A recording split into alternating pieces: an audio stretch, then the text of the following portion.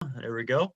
And I'm going to share my screen and talk about where we can go at the beginning of the new year to go birding. You know, what I love about the new year is that everything is new. So it's always really exciting to get out on January 1st and see brand new birds for the year. And so it's actually one of my favorite months to go birding.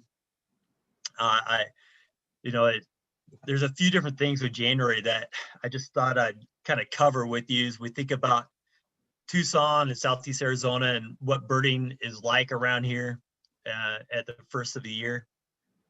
One thing, here's a picture. My son and my friend Daniel, as we're up in Madera Canyon. You can see they look kind of bored, don't they? Brock, my son looks a little miserable right here. A few things of why they might look this way, and so I just want to prep us to be thinking about this. Is when we're in higher elevations in the winter, we're just not going to have as much diversity, and sometimes it's hard to even come across birds at higher elevations. So if you're up in Madera Canyon, or if you're up Mount Lemmon, or if you're up Carr Canyon in the Huachucas, or if you're in the Chiricahua Mountains, just know that as you move up higher, you're going to see less, not just less species, but you're going to see less birds. Also, during this, when this picture was taken, this is on January 1st, 2 years ago, and the three of us were trying to do like a big day to see how many birds we could start the year off with. So we ended by going up into Madera Canyon, and it was, as you can see, it was cold, it was cloudy, and at the time this picture was taken, it was probably around 2 or 3 o'clock, and that's not a great time to be birding in January. 2, 3 o'clock in the higher elevations. I should have known this, that there's just not going to be a lot of birds up there. The sweet spot really for birding in January is not super early. It's, kind of between 8 and 11 a.m. Like that's a really good time to get out and go birding. In different places, birds will be more active past 11 o'clock. Like if you go to Sweetwater Wetlands, or if you go to Whitewater Draw, or if you go along the De Anza Trail, birds will be kind of active all day. But at some of these other, especially higher elevation, or maybe places where there isn't real big diversity, you want to make sure you're there at the right time. 8 to 11 a.m. really the best time. You don't have to get there early, so that's great. As long as I don't think 8 a.m. is not early for me anyways. I don't think 8 a.m. is super early for any of you either. It's still a little early for my son, trying to get him to go with me tomorrow to meet, to go birding at 8. So I guess if you're in a teenager, it's early, but for, I think, all of us, 8 a.m. is not bad. Also, one thing I just want to share with you, as you can see from this picture, is dress appropriately. When I first moved here from Washington State, I often wore, and I still do at different times, I wear shorts a lot. We think that we're somewhere warm, even in Tucson, like usually it's fairly warm January, but when you get out to some of the other locations, like even Whitewater Draw, or Ash Canyon Bird Sanctuary, Los Cienegos, you get into some higher, even just a little higher elevation, a little bit further south from Tucson, and the mornings are super cold. So I think we often, or at least me, I get tricked into thinking, oh, it's warm and I can wear my shorts and I don't have to wear a big jacket and I don't have to wear gloves. And then I get out there first thing in the morning at Patagonia Lake State Park or something like that, and I'm just freezing. Or so dress appropriately. Know that probably later in the day it will warm up, so have some layers. Just simple things that maybe all of you don't have any problem remembering, but I do. So I just think it's good for us to have a little reminder that when we go out, we need to be prepared. It's going to be cold. I had a friend who visited here from Oregon earlier this week or last week, and he was wearing shorts outside, and just soon after that regretted it. Went to go birding and just wore shorts, and yeah, so he just wasn't prepared for it to be cold, but we need to be. The other thing here for birding in January, like I said before, the joy of new birds. If you don't have an eBird account, I would encourage you to do that. And as you start your birding in January, you get to see your year list just kind of go up and up and up. And I always tend to do a whole bunch of eBird lists in the first half of January. Every time I see a new bird for the year, I make sure I do an eBird list. So I have a lot of lists that I do around my house and neighborhood. So I think that's a fun thing to do. I encourage you to do that. So as we look at a few different spots here in this presentation about where to go birding in January, I just want to say that there's a few different spots that we've covered in the past few months that are just really excellent in January. I just didn't want to cover them again since we just covered them when we talked about October and November and December. What you'll find is that I'm beginning to upload all of our past where to go birding presentations onto our YouTube channel. So for some reason you missed one, or you don't have the link anymore, or didn't download it, you'll be able to go back to our YouTube channel and see all the different where to go birding in Southeast Arizona presentations that we've done. So we started them back in May as we were looking at where to go birding in June. So June through now January, those will all be up on the YouTube channel here. Maybe today, if not today, then Monday. I'll put that link in the email I send out later today. But a few here that we covered the past few months. The De Anza Trail. I could probably talk about the De Anza Trail for every month of the year. It's really one of my favorite spots to go to. It's really good right now. As I look back, I look back at all the kind of rare bird alerts from past Januaries, the past like 2 or 3 Januaries, to see where some of the rare birds have been being seen the past years in the upcoming month. And the De Anza Trail really had most of the rare birds that were being reported. So like last year in January, there's an ovenbird that stuck around for a good chunk of time in January. That's a rare eastern warbler. Right now, there's this bird right here, rufous-back robin. There's Lawrence's goldfinches. There's a ruddy ground dove. Rose-throated Picards often through there. Specifically the Santa Gertrudis Lane, I think that's a really good spot. Whitewater Draw, Peggy was just sharing with us that she was there the other day. It's fabulous in January. It's when most of the cranes are there, the highest concentrations of sandhill cranes, snow geese, like she said, northern harriers. There's a lot of raptors in that area. You can get different shorebirds showing up there, like greater yellow legs. You can get American pipits. So that's a really good spot. And then last month we talked about the Santa Cruz Flats. That one is already up on YouTube. You can go back and check that out. But Santa Cruz Flats in January is great, just like it is in December for mountain plover, crested caracara. There's a rufous-back robin that's being seen at the corner of the name just escaped me. Baumgartner and Wheeler. There's a little house there and some pomegranate trees. Past years it's wintered there as well, and I saw that it was just reported there a week or two ago, so it might still be hanging out there. But yeah, Santa Cruz Flats, we're not going to go into any more detail on these spots, but just know that those are great locations to go check out in January. But we are going to talk about those today. We have a few others that I'd like to get to. And actually the first one that we're going to talk about You know, I said higher elevation spots are not the best in January, but I thought I'd start off with one. That's kind of contradictory. But if I was going to go to any higher elevation spot in Southeast Arizona in January, it would be Florida Canyon, for a few reasons. You know, in January, I like to be able to add as many new birds to my year as possible.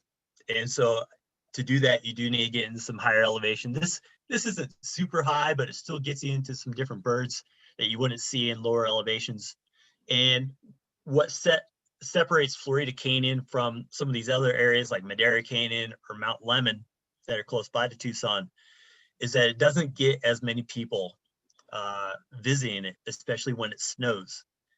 You know, all of us in Tucson, we love it when it snows. We want to get up and see it and get in it. I'm assuming it's going to snow sometime in January in the higher elevations. I sure hope so. We need some precipitation. My guess is that it will. And when it does, many of us want to go and take pictures or just spend some time in the snow. Now, if you do that and you go up Mount Lemmon, you're going to have so many people around you. A lot of times they shut down the road up into Mount Lemmon or shut down the road into Madera Canyon, and you can't even get up there and experience it.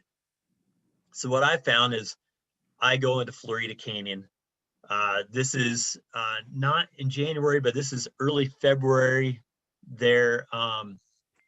Last year, my son and I, Brock, it snowed one morning. We wanted to get up in it, and so we went to Florida Canyon. There was no one else there, and it was beautiful. It was, you know, like when the snow falls, it's just silent all around you. So it was pretty quiet, except for quite a few birds that were out and about too. So I want to cover Florida a little bit.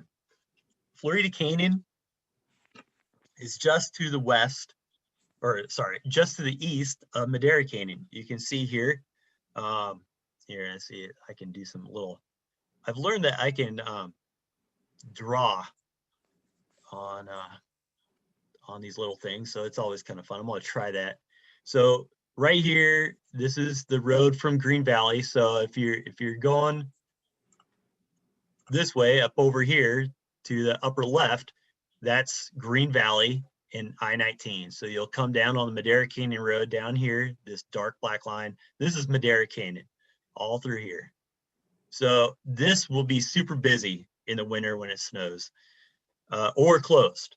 And so what you want to do instead is you want to come over here and there'll be a sign that that shows that you can take this road here all the way over to like Las Ciénegas, Sonoita.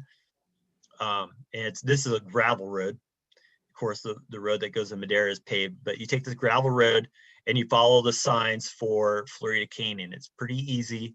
It's fairly well signed, but you'll take this little road right here and come down to the Florida Work Center, which is this spot. I'm going to show you another map that'll kind of give you a little bit better layout of the land that you'll see here. But it's called this here is Florida Work Center or Experimental Range or something like that. You'll see a little parking area here, and then there's a trail. So you can see this red trail, Florida Canyon, it connects up with the Crest Trail, and you can do this whole loop here. It's a crazy 22-mile loop if you want to go all the way up to the Crest, over to Mount Wrightston, down Madera. That's not what I'm suggesting you do in January. So what I'm suggesting you do is just go to the, let's see if I can get my thing here to work. Okay. And then I'm going to show you something here. New share. Okay. Here's another map. So you can see on Google Maps, it's called Santa Rita Experimental Range, Florida Canyon Road. You'll come down on this road, and at the very end, right here, here's the parking lot.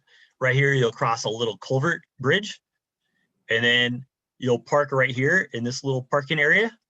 the road keeps going into the little house and everything where the Florida Canyon Work Center is at. You can't go up in there, but what you do is you park here, and then there's a trail that crosses the creek and follows along this edge here.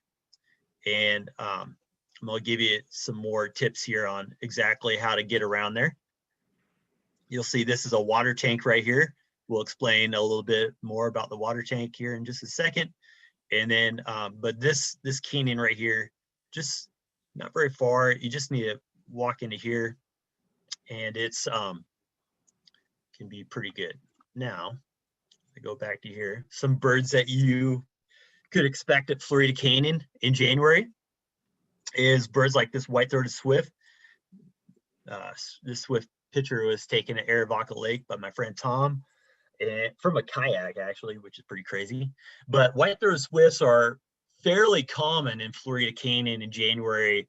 It's kind of, you don't think of swifts as a wintering bird here in Tucson, southeast Arizona, but they do in certain areas, and Florida Canyon is good for them, along with golden eagle. So while you're looking up high in the sky for these little swifts that are flying around, you also want to keep your eyes peeled for raptors. And one of the main raptors to look for in Florida Canyon is golden eagle.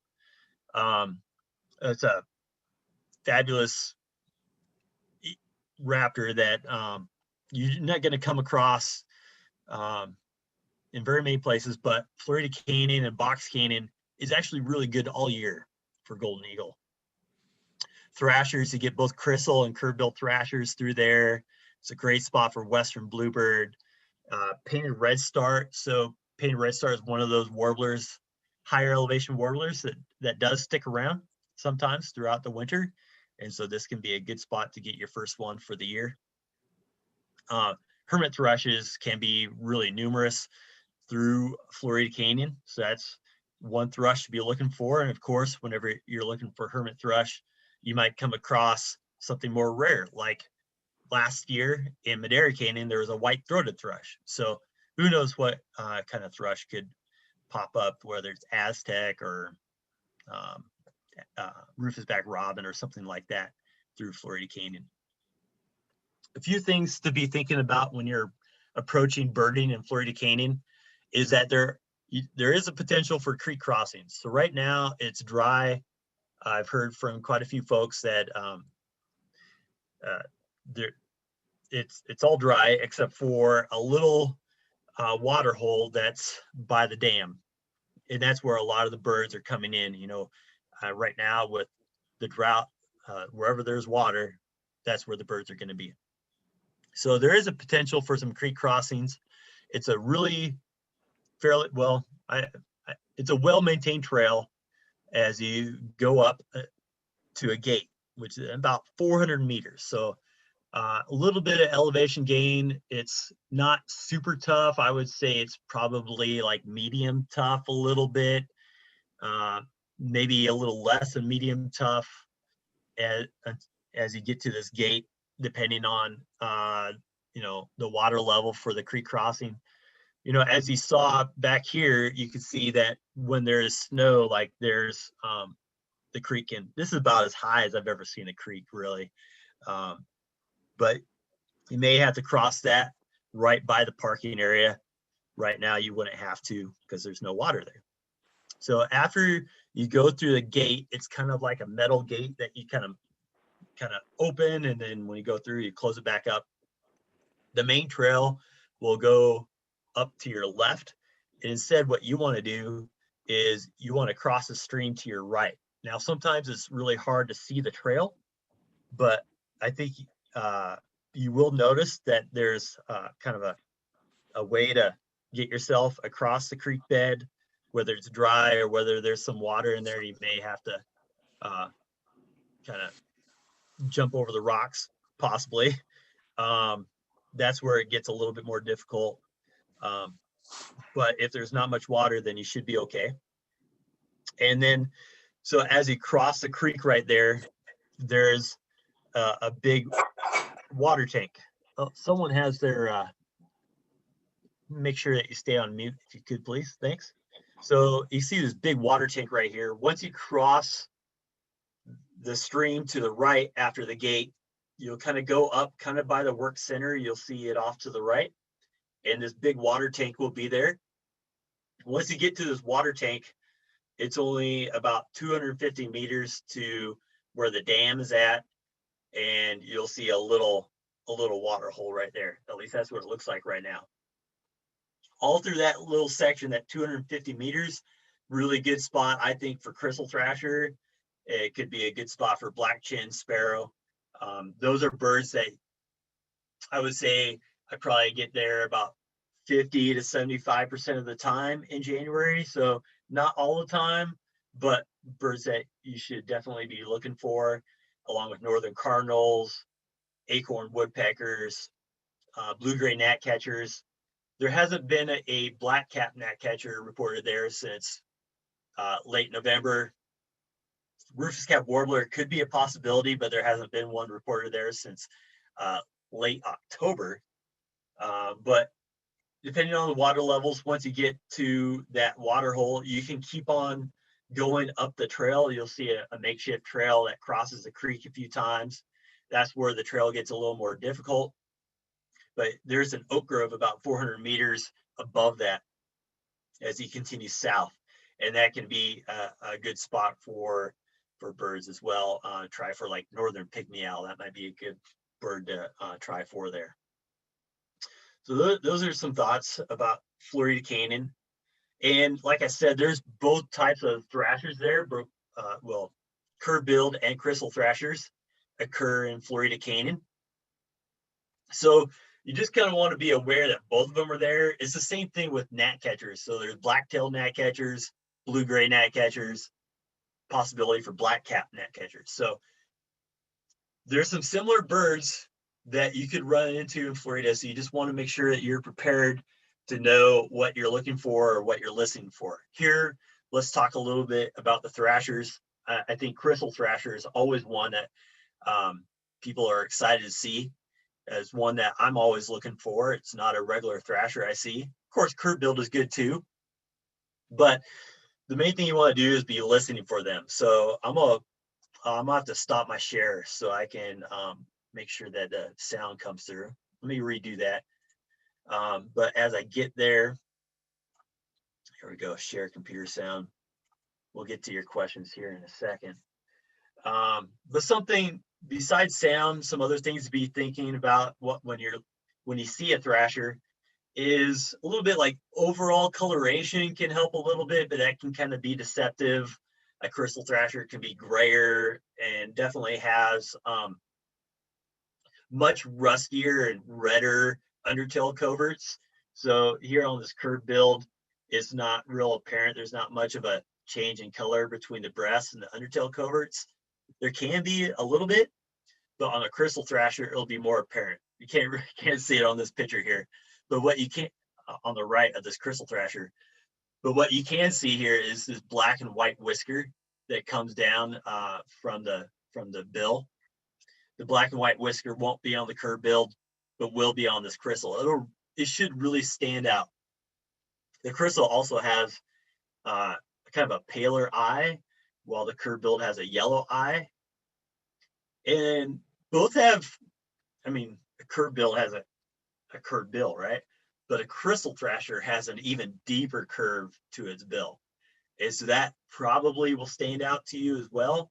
But really the big thing, along with these black and white whiskers, the undertail coverts, is listening. So, of course, I think all of us, or maybe all of us, have heard a curved bill thrasher before. I'm going to play it here just so we can get it in our mind before we hear this crystal thrasher. But here is curved bill.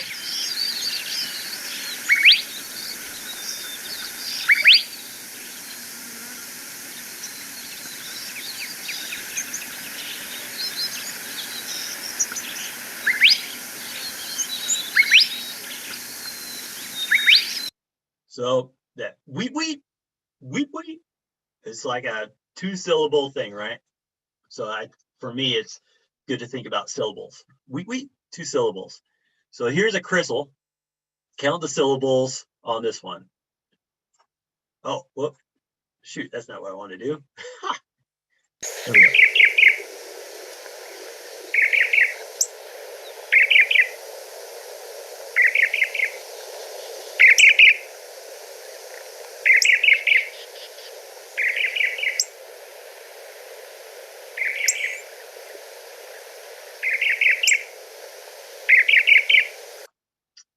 Okay, so that's like a choo choo choo choo choo choo choo choo.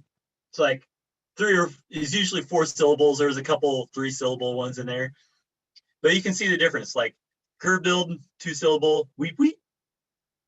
Crystal thrasher, 3 to 4 syllables. Choo choo choo choo choo. Or well, I did too many. That's why I'm not a crystal thrasher. Choo choo choo choo. All right, so that's something to be thinking about. They'll both be in there. And so just be aware of the different ways that you can tell them apart. Marlene, I'm going to give myself a break talking here and ask you if there's any questions that we can get to.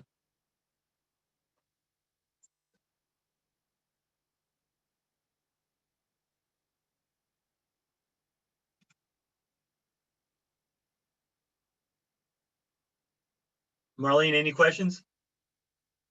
You're on mute. Yeah, I'm There we sorry. go. Somebody wants to know where you get the map of the Florida Canyon. Good question. I have a picture of that, like I photocopied it, so I can include that in the email. Or actually, I could include that, or if you want more specific directions, you can reach out to me and I'll make sure you get that. Okay. James wants to know what you think the first bird of the new year will be that you'll see. Great horned owl, because I'll be out early. Okay. Victoria wants to know what's the connection of birds to habitats and website list of areas, books, or videos, ecology issues. Well, Victoria, that's a good question. You know, as you think about what birds you want to go see, you have to think about habitat.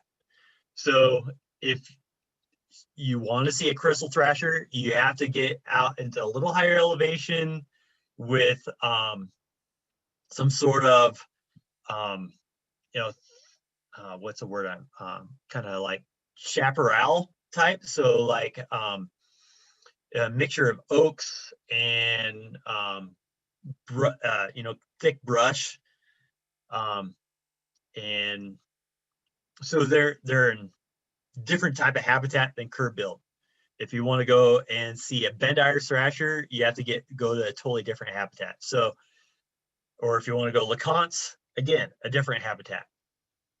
So birds really are dictated by habitat. So if what I suggest is there's specific birds that you want to look for, find what type of habitat they like, and spend time in that habitat, and you're more likely to find them. So that there is a really big link. We could talk about that for a long time. We don't have time to talk about all that right now, but yeah, when I think about birds and what birds I want to go see, the first thing I go to is, all right, what type of habitat do they like? And that dictates where I go.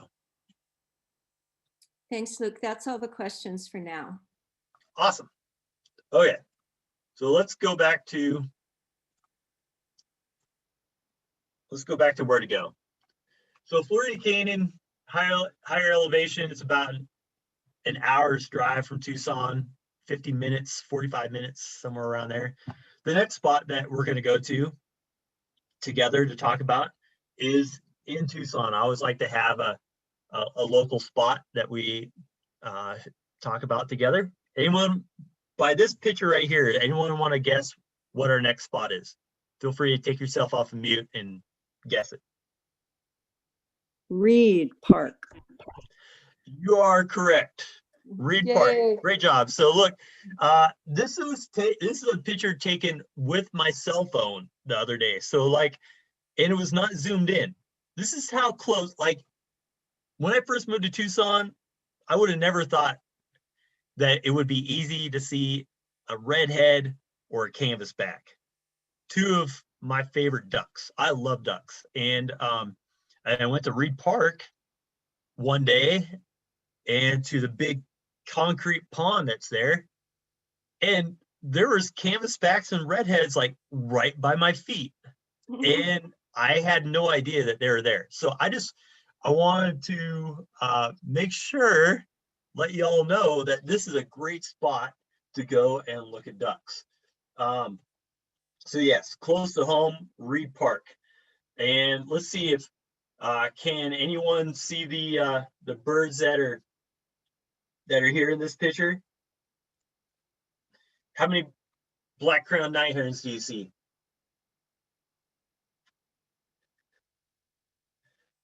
Let's count them. There's one black-crowned night heron, two black-crowned night heron, three black-crowned night heron, and then there's another one that was flying in as I was taking the picture. I didn't see it until afterwards, and it flew in and landed here as well. And again, picture taken with my cell phone, not zoomed in at all, but a fabulous spot for black-crowned night herons and a lot of other birds. You know, sometimes our neighborhood parks really get overlooked for birding, but I would just say that, you know, whether it's Reed Park or Jacobs Park or Himmel Park, like Fort Lowell Park, there's a lot of good birding right in town. And so if you don't live in Tucson, think about the parks that are close to you too. You know, all this COVID stuff, you know, we're not going too far away. Think about birding your local area. But a couple things about Reed Park here is that maybe some of you will get a new camera for Christmas. It's a great spot to come and test out your camera with all the ducks that are there, whether it's redheads or ringneck ducks or American widgeon. There's a lot of them.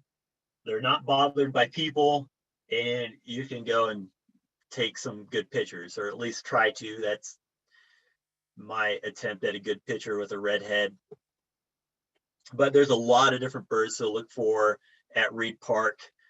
This is a map of Reed Park. You can either, this is 22nd Street down here at the bottom.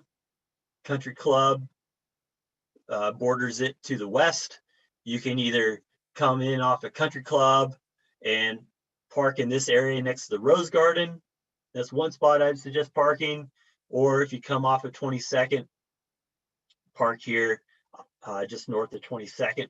That could be a good spot. But here's some birds to be thinking about right here on the left. I'm not going to read all of them, but wood duck is one that's been being seen there recently, right at this little lake that's at the bottom of the hill. As some of you know, Reed Park Zoo is probably making expansion into this area here pretty soon. So it's a good time to go and check it out before it becomes part of the zoo. And, you know, just say the zoo is, I think, going to do a good job of taking care of that land. But even when the zoo does come in there, there's going to be a lot of birding all over in here still. But the wood duck's been hanging out in this lake right here. This big lake right here, this concrete lake, you wouldn't think it doesn't really have, I don't know all the food resources where the food's coming from, but canvasbacks and redheads and ringneck ducks and American widgeon are all over this lake. It can be a good lake too to look for common merganser. There must be some fish in there or some sort of food resource that they're all taking in there. But it's a great spot to look for those.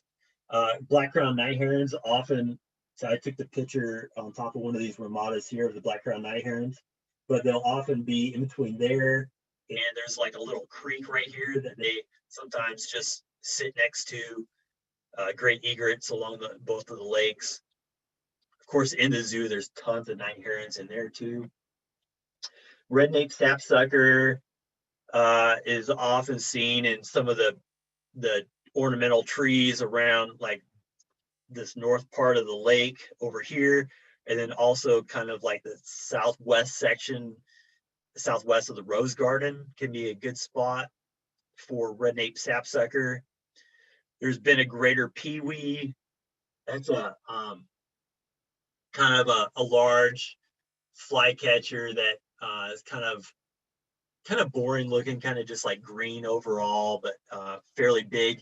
And he'll perch up on top of trees. So you want to look at all the different snags and tall trees around in this area, especially from the Rose Garden area over to this road along the Reed Park Zoo and around and in between the lakes can be a good spot for the greater peewee. I've also seen it as I've walked up here and looked into the zoo. There's a bunch of trees inside the zoo, and I've seen it perched up in there before too. That's greater peewee is normally a bird that is seen at higher elevations, breeds at higher elevations, but sometimes winters and lower elevations here in Tucson, but not very often. There is one there this year. Cassin's kingbird is a good wintering flycatcher to be looking for in this area. There's usually 2 or 3 around. Lots of western bluebirds. I haven't heard of any northern prulas being seen there or summer tanagers this year so far, but for the past few years, it's been a good spot for both of those as well. So just a lot to be looking for. You can easily go to Reed Park, 8 o'clock in the morning, rack up the species list of more than 30 species if you just kind of take your time and look around at what's around you. So this is what this inside here is a rose garden. You saw this part right here, right next to the parking area off a country club. This big thing, usually it's gated in, and so at least it was yesterday when I went to go visit it. But it's surrounded by this fence. But a lot of times, right in this area is a good spot to be looking for big flocks of white-crowned sparrows. And inside of these flocks of white-crowned sparrows in this area around the rose garden can be a really good spot to look for white-throated sparrows. So if some of you may know what a white-throated sparrow looks like, some of you may have never seen one. This is what a white-throated sparrow looks like. So superficially pretty similar to white-crowned sparrow. If you take out this yellow right here and just saw that the top part of it, it would look really similar to white crown. But of course it has this white throat right here that really stand out. And sometimes white-throated sparrows can have the white crowns like this, or they can have kind of more, let's see if I can get to some other photos here. You can see they can be a little bit duller, not as white. And some of them are kind of like almost beige colored, their white crown and black striping. So that's something to be looking for there at Reed Park. It's a fairly rare bird, but does winter here at different times. It could also be a bird that could be seen at Florida Canyon or Proctor Road and Madera Canyon. So oftentimes in winter, that'll be one to look for there. Along with even rarer would be golden crown sparrow. So you just want to check out those big flocks for something that might stick out. So along with the main portion of Reed Park, there's also, it's not part of Reed Park, but it's fairly close, just on the other side of the golf course, Randolph Golf Course, is the Hardesty Pond. So when you go to check out Reed Park, once you're done there or before, either way, you want to go and check out this other pond that a lot of people just don't know about. So it's a different eBird hotspot. It's called the Hardesty Pond. Here's a map of where it's at. See, 22nd, again, down here on the south. And it's bordered on the east by Alvernon. The best way to come is to come south on Alvernon and you'll take a right into this little parking area here. You want to come in and just take a quick little turn into this parking area here. You can't go straight into here. This is the police department, so this is all blocked off here, but you can definitely park right here alongside Alvernon. There's like a big cardboard kind of collection box right here, and you can just park right here. And connect with the, there's a walking bike path right here that goes along the south end of the golf course and goes through these trees. And you walk on this path, it's less than a quarter of a mile and on a walking path, and you'll get looks into this golf course pond. And then this right here is called the Hardesty Pond, and an often overlooked pond that is great for wintering waterfowl and a few other species as well. This is what the Hardesty Pond looks like. It's not very sexy, but it's productive. So there's lesser scops usually out here, bufflehead, common goldeneye is wintering, kind of fairly rare wintering waterfowl that might be possible here. There's been one kind of off and on this winter. As you walk along that pathway, as you look at along the golf course pond, you'll see some marshy areas like this. That's really good for great egret. I get a belted kingfisher almost every time I walk through here. Red nape sapsucker, black crowned night heron, green heron within here. Some other interesting birds that I've seen along this stretch in the winter here include zone-tailed hawk. Sometimes is a wintering raptor that you can see around this area. Cassin's vireo, red-breasted nuthatch. Again, northern parula. That's a rare-ish eastern warbler it's being seen a lot of sweetwater wetlands right now, but I believe there will probably be some more that pop up over the winter. This is a better spot than any where one might show up. So in those thick trees, they really like that, and check the cottonwoods. Parulas tend to really like the cottonwoods there too. Marlene, any questions about Reed Park or the Hardesty Pond?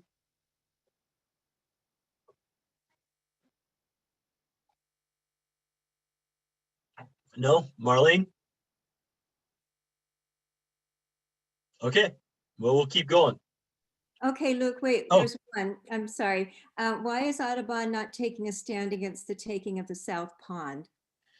Well, it's not so much that we aren't taking a stand. We're definitely working with the not just the city, but also the Reed Park Zoo, and to do whatever we can to plant natives and to make sure that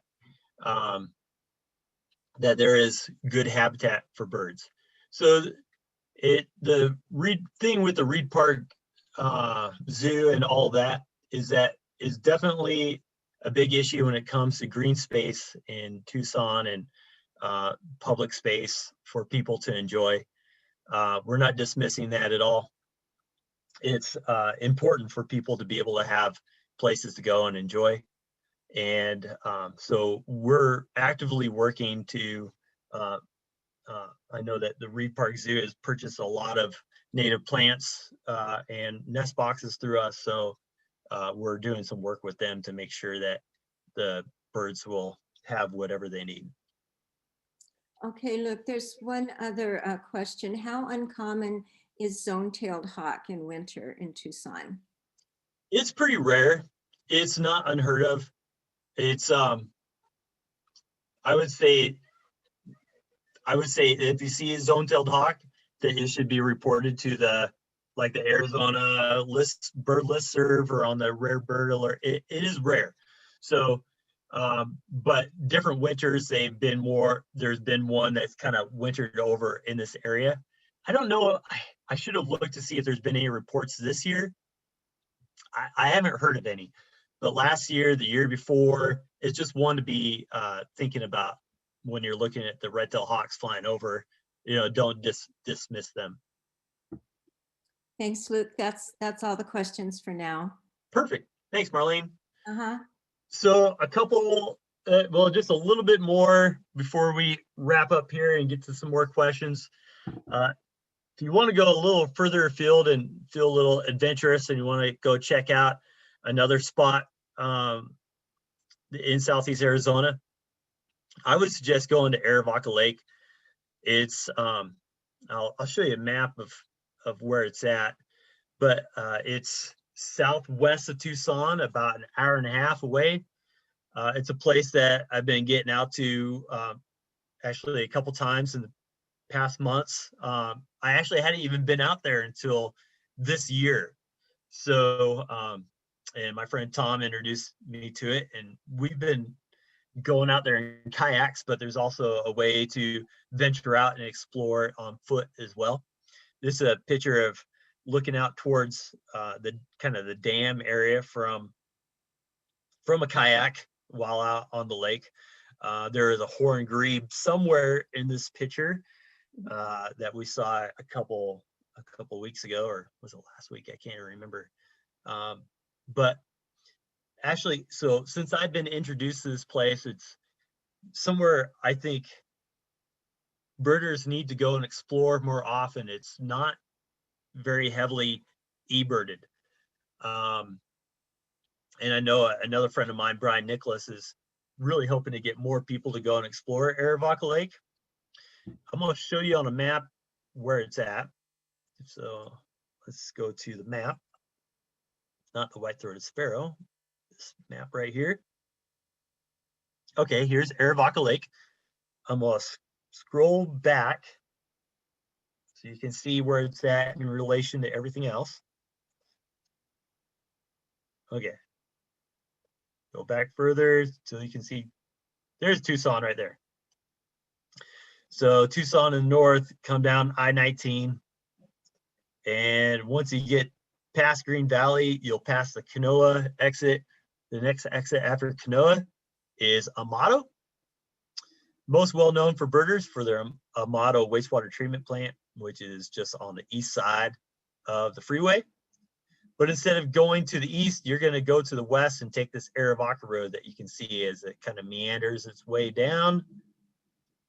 Here's Arivaca. Once you get into Arivaca, you're going to take the Ruby Road that meanders down here. So this is all paved. Actually, even the Ruby Road portion is paved until you get to the section for Arivaca. There. Until you get to the turnoff for Arivaca Lake right here. This is where the road becomes dirt, gravel, and it's not a horrible road except for a few different places where it, especially if it's any sort of mud or anything, there's a couple spots where it gets pretty rutty and can be hard to travel. So I would suggest if you're getting onto this road that, I mean, you could do it with just a regular car, but I would say a high clearance or four-wheel drive. I don't think you don't necessarily need four-wheel drive, but high clearance is good. If it's muddy, you probably need four-wheel drive. But you come over here along this road, it'll take you to a parking area here at the south end of Arivaca Lake with there's a little dock that goes out here. And as you get into this parking area, you'll be able to look out at a portion of Arivaca Lake. There's always lots of ruddy ducks and pied-billed grebes, maybe grape-bill heron here in this section. And at different times, these weeds that grow right here by the parking area can be really good for different seed eaters, sparrows, finches, stuff like that. But there's a trail that you can take from this parking area that goes out kind of to the east, a little bit to the southeast, and it meanders up over this ridge right here and goes down. And the best spot for birding that I found at Arivaca Lake is the southeast side of the lake. And I just found out today, this is called Bartolo Canyon. So at this end of the lake, there's a lot of, it's kind of muddy. There's a bunch of, I don't know what kind of plants it are, but these weeds with kind of like, I don't know, kind of like dingleberries on it that kind of stick to you as you walk through them. I don't know what else to call them, seed puffs kind of things. And it's some really good riparian area through here, this Bartolo Canyon. Tom and I explored this the other day. We got out of our kayak and walked around in here. Right now, there are tons of sparrows, savanna sparrows. white-crowned sparrows, rufous winged sparrows, bluebirds through here. It's just a really good area to go and check out. One of the rare birds that's being seen here is an eastern phoebe. And so you could get black phoebe, sage phoebe, and eastern phoebe all through here. There's possibly some good ducks. One time we had wild turkey down here, just all sorts of stuff. It's kind of funny, as I'm talking, I see my phone over here on the right, and my friend Tom is calling me. So as I'm talking about him and our exploration, but I would say that if you can get down, if you're able to hike over this little ridge here, it's not a real strenuous hike, but you're going to need to get over be able to get up over a hill and come down in here. This would be a great area to explore anytime between now and through January. Could rack up a really nice list of sparrows and finches through here. And we'll go back to our regular share here. So, like I said, it's like a 1.5 to 2 mile hike, I believe, to that area from the parking area. Really good for eastern phoebe. While you're there at Arivaca Lake, you can take a gander and look for the rare bird of the month for January. I'm calling it greater scaup. So I mentioned that there are lesser scaups usually at the Hardesty building at the pond there.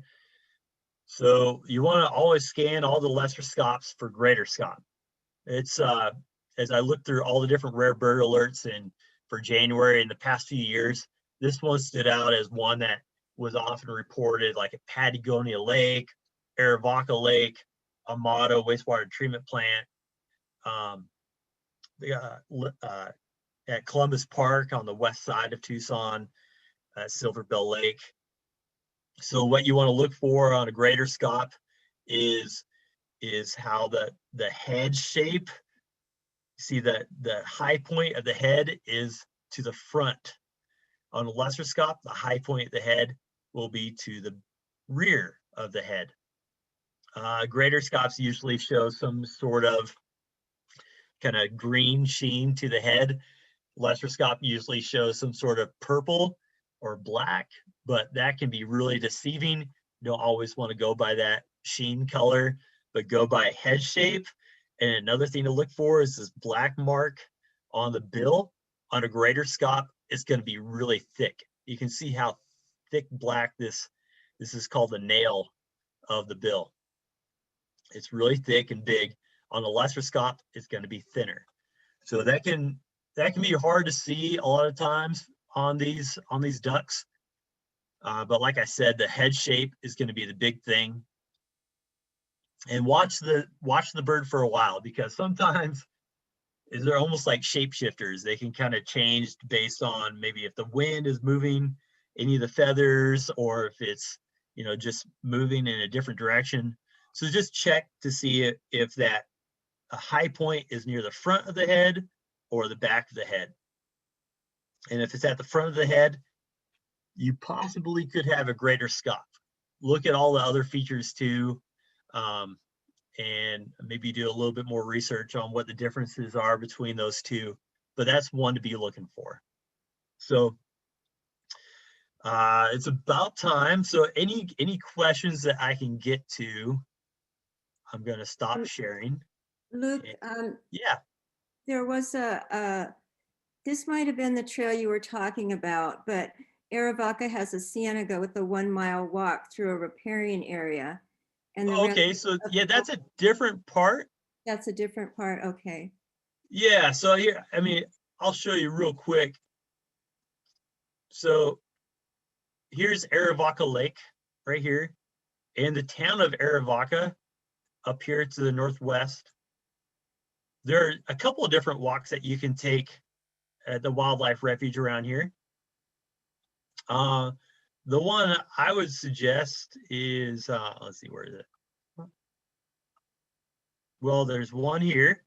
You'll see a big pull-out area for Arivaca cienega right there, and you can go on this trail system. this is the one actually I suggest, is you come out here through all these mesquite trees and you can do a loop around here. I haven't done that in the winter. We have had field trips that go out to this area. Unfortunately, they aren't happening right now, field trips at Arivaca, Cienega, but that, I believe that's the spot that is being referenced. And then Judith said she saw a lesser scop at Canoa Ranch this morning. Yeah, Canoa Ranch would be another great spot to check all the scops. 99% of them will be lesser scop. Maybe 99.9% will be lesser scop. And there are probably be some lesser scops that get misidentified as greater scops. If that happens to you, don't stress about it. I've done it before too. But check all of them for that head shape. Look at the nails on the bills. But you know, lesser scop is a great bird for around here too. So that's nothing to there's nothing bad about seeing a lesser scop. That's great. That's all the comments and questions, Luke. Yeah, any other questions that y'all might have, either in the chat or feel free to unmute yourself. I just wanted to say thank you very much. That was a great presentation, but I also loved the first photo. Did you take that of the cardinal at Florida Canyon in the snow? Yeah, that's one of my favorite pictures. That was that day that my son and I went there, and I wasn't planning on having its mouth open. I think you should turn that into a big photo, sell it or something. Yeah, let's I love, not that I'm tooting my own horn, but it could have been maybe a little clearer, but I love it too. Like, it sounds like there should be some sound to go with this picture. Yeah, so anyway, thanks, Janelle. thank I you. appreciate that. I made the comment about Arivaca, and Yeah, if you Peggy? and if you actually go to the west of Arivaca, not the area you showed on the map, but further west, you get in a bunch of big old cottonwoods, and there's a parking area that you can get off on right at the sort of entrance to Buenos Aires, and there's a mile walk back in there, and I've seen a lot of wildlife back there too. I've seen antelope, pronghorn, and I've seen deer and a lot of birds, different things at different times of the year. There's not water running right now, but when there's water running, you get even more. It's really a nice walk. Yeah, and that's a good spot for a long-eared owl possibly too. Yeah. Whenever you're walking around Buenos Aires, Arivaca area, and you get in some really dense cover, just be aware that long-eared owls could be in there roosting, and they're really cool to find when you see them. They're like usually really close to the trunks of trees, and they look like branches. They'll stiffen up and go like kind of become even skinnier than what they are and look like a branch. So I wonder how many times we've walked around Arivaca and had long-eared owls right next to us and we didn't even know. So yeah, so just be aware of that too. Thanks, Peggy. Mm-hmm. Jim asked a question here on chat. Do you know anything about the Southeast Houghton Recharge Project? So that's another name for that is Sharp, the Sharp Ponds. I think that's what they're going to be known as, which will help, so we don't have to say that whole mouthful. I don't believe they're open yet. I don't know much information about them other than they're going to try and create kind of like another Sweetwater wetlands over there. I have a couple folks who are supposed to be giving me some information on them after they go check it out. So, but I haven't heard anything specifically. Yeah, they opened.